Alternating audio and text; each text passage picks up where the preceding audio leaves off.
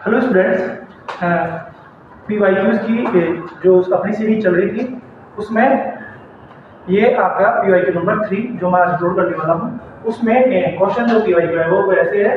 Differentiate between DNA and RNA. DNA और RNA में अंतर बताइए। तो जब दो नंबर का क्वेश्चन होता है तो आपको मिनिमम 4 अंतर बताने होते हैं, 4 डिफरेंस बताने होते हैं। तो डिफरेंस क्या क्या होते हैं? तो बेसिकली जो आप 12th में पढ़ के आए हो, बीएससी ग्रेजुएशन में पढ़ते हो, वो नॉर्मल से डिफरेंसेस होते हैं। जैसे डीएनए आरएनए का जो सामान्य नाम क्या होता है, या फिर उनमें कौन से बेसिस पाए जाते हैं, या उनमें शुगर्स कौन सी होती है, या फिर उनका जो लोकेशन है वो क्या होती है। तो बस ये 4 बेसिक से डिफरेंसेस है जो अपने को पढ़ने हैं। जैसे फर्स्ट डिफरेंस है कि फुल नेम क्या होता है। तो डीएनए का नाम होता है deoxyribose nucleic acid and RNA का फुल नेम होता है राइबोस न्यूक्लिक एसिड।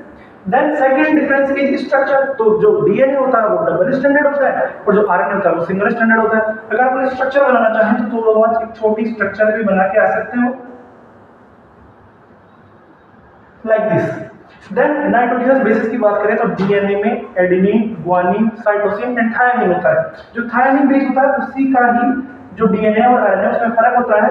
जो आरएनए है उसमें थायामिन बेस की जगह पे यूएसएल पाया जाता है। देन नेक्स्ट डिफरेंस जो है वो है लोकेशन का।